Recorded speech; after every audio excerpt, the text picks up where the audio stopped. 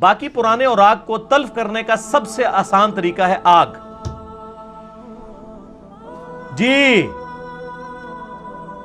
صحیح بخاری کے اندر موجود ہے، بلکہ یہ مشکات میری ٹیبل پہ پڑی ہوئی ہے، اس میں سے صحیح بخاری میں موجود ہے کہ سیدنا حضرت عثمان غنی رضی اللہ تعالی عنہ نے قرآن پاک کے وہ پرانے نسخے جلوا دیے تھے جن کی وجہ سے اختلاف پیدا ہو رہا تھا. صحیح بخاری میں حدیث ہے انٹرنیشنل نمبر کے مطابق 4987 اور 4988 اور مشکات میں ہے 2221 کہ پرانے نسخے جو ہیں سیدنا عثمان نے جلوا دیے تھے آگ میں.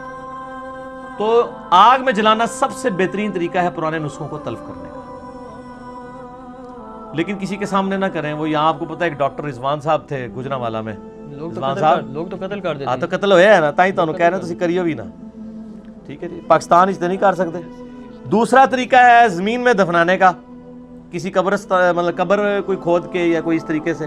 وہ آج کل ایک وہ ویڈیو بھی وائرل ہوئی ہوئی ہے، وہ کوئٹے کے اندر وہ پہاڑ کے اندر کسی نے ٹنل بنائی ہے اور اس میں وہ قرآن پاک سٹور کیے ہوئے ہیں اور پرانے سارے سٹور ہو رہے ہیں. اور واکنڈ کے اندر ایک مسجد سے وہ نکلتا تھا ایک ٹرک مہینے میں ایک دفعہ، وہ پورے واکنڈ کے نا، مجھے یاد ہے جب ہم ادھر پڑھتے تھے تو وہ پورے واکنڈ کے جتنے پرانے قرآن یا سپارے یا اس طریقے سے قاعدے ہیں نا وہ لے کے نا، تو وہ خانپور ڈیم کے اندر جا کے نا اس کو ڈیم کے سینٹر میں جا کے کرتے تھے. بعض لوگ دریا میں بہا دیتے ہیں، لیکن آپ یہ دریائے جہلم ساتھ سے گزر رہا ہے، جب یہ پانی کم ہوگا نا سارے قرآن جو ہے وہ کنارے پہ آئے ہوئے ہوں گے.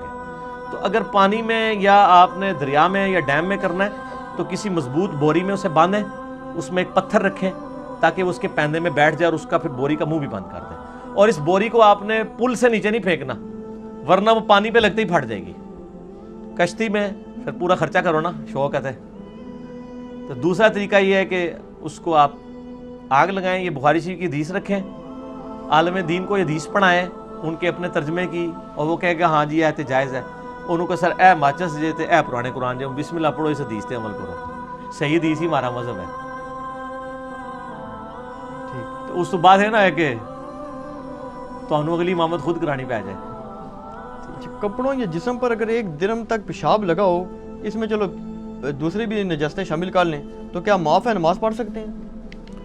یہ فقہ حنفی انہوں نے مسئلہ بنایا ہے، پتہ نہیں کہاں سے بنایا ہے. وہ جس طریقے سے بنایا ہے وہ تو میں ویڈیو میں بھی نہیں بتا سکتا آپ کو، اتنا بےہودہ طریقہ ہے وہ درم والا.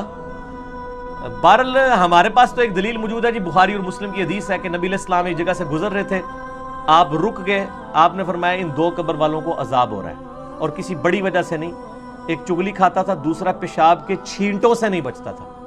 چھینٹے درم جتنے ہوتے ہیں یا اس سے بھی کم ہوتے ہیں، بہت چھوٹے، تو اس کو تو عذاب ہو رہا تھا. اب ان کا درم والا مسئلہ آپ خود ہی اندازہ لگا لیں کتنا باطل ہے. اگر پیشاب کے چھینٹوں سے نہ بچنے پر عذاب ہے تو چھینٹے تو درم جتنے نہیں بنتے. یہ تو کہتے ہیں کہ جی وہ سارے جمع کریں، اگر ایک درم کے اندر ہو تو وہ نماز بھی ہو جائے گی. تو ان سے پوچھیں کہ پھر اس کو جو عذاب دیا جا رہا ہے، پھر اللہ تعالیٰ سے آپ مقدمہ لڑیں گے کہ یا اللہ چھینٹے تو معاف ہونے چاہیے، ایک درم تک معاف ہے، تو عذاب کیوں دے رہا ہے؟ اس لیے کہ وہ حدیث میں اور یہ ان کی جعلی کتابوں میں ہے مسئلہ. حدیث میں تو پیشاب کے چھینٹوں سے بھی آپ نے بچنا ہے. یہ حدیث سنی نہیں ہوئی آپ نے؟ جی بالکل ہے، بخاری مسلم دونوں میں موجود ہے. پھر آپ نے وہ ایک ٹہنی توڑی، اس کے 2 ٹکڑے کیے اور قبروں پہ لگا دیے دونوں پہ، کہا جب تک یہ ہری رہیں گی عذاب میں تخفیف ہوتی رہے گی. وہاں تو میں چھینٹوں سے بھی بچا رہے ہوتے ہیں. دوسری طرف کھڑے ہو کے پیشاب کرنا مرد کے لیے سنت ہے اگر چھینٹے نہ پڑیں.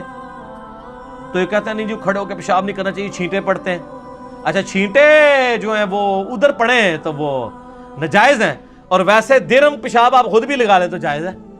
کتنے جعلی مسئلے بنائے ہوئے انہوں نے، یہ مسئلہ ہی غلط ہے. ویسے لیے خڑے ہو کر اگر بندہ پیشاب کرے تو چھینٹوں سے کیسے سنت ہے میرے بھائی، نہیں بچ کیسے سکتا ہے چھینٹوں؟ بچ سکتا ہے. آپ پاکستان میں درجنوں بلکہ سینکڑوں ہوٹل ہیں جن میں کھڑے ہو کے پیشاب ہونے کی جگہ بنی ہوئی ہے، آپ بچ سکتے ہیں. کیوں نہیں بچ سکتے؟ آپ نبی علیہ السلام نے بلندی سے کھڑے ہو کے نیچے کی طرف پیشاب کیا ہے، چھینٹوں سے بچ سکتا ہے. چھینٹوں سے بچنے کے لیے کھڑا ہونا یا بیٹھنا شرط نہیں ہے. آپ بیٹھ کے بھی اگر سخت جگہ پہ پیشاب کریں، پتھروں والی جگہ پہ، تو وہاں سے بھی چھینٹے اڑیں گے. اصل مقصد ہے پیشاب کے چھینٹوں سے بچنا.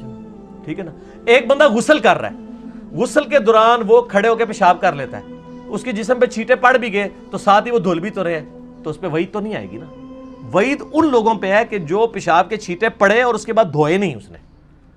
پیشاب کرتے ہوئے بعض کا تیزی سے پیشاب آیا ہو تو ایون WC سے بھی چھینٹے اڑ کے آپ کے پاؤں کے اوپر پڑ جاتے ہیں، تو آپ آگے بار دھو لیں گے، آپ کو عذاب کی وحی تو نہیں ہم سنائیں گے۔ ان چھینٹوں کے ساتھ نماز پڑھنے پر یا انہی چھینٹوں کے ساتھ زندگی گزارنے کے اوپر مسئلہ ہے کہ آپ کے جسم پہ لگے ہوئے ہیں۔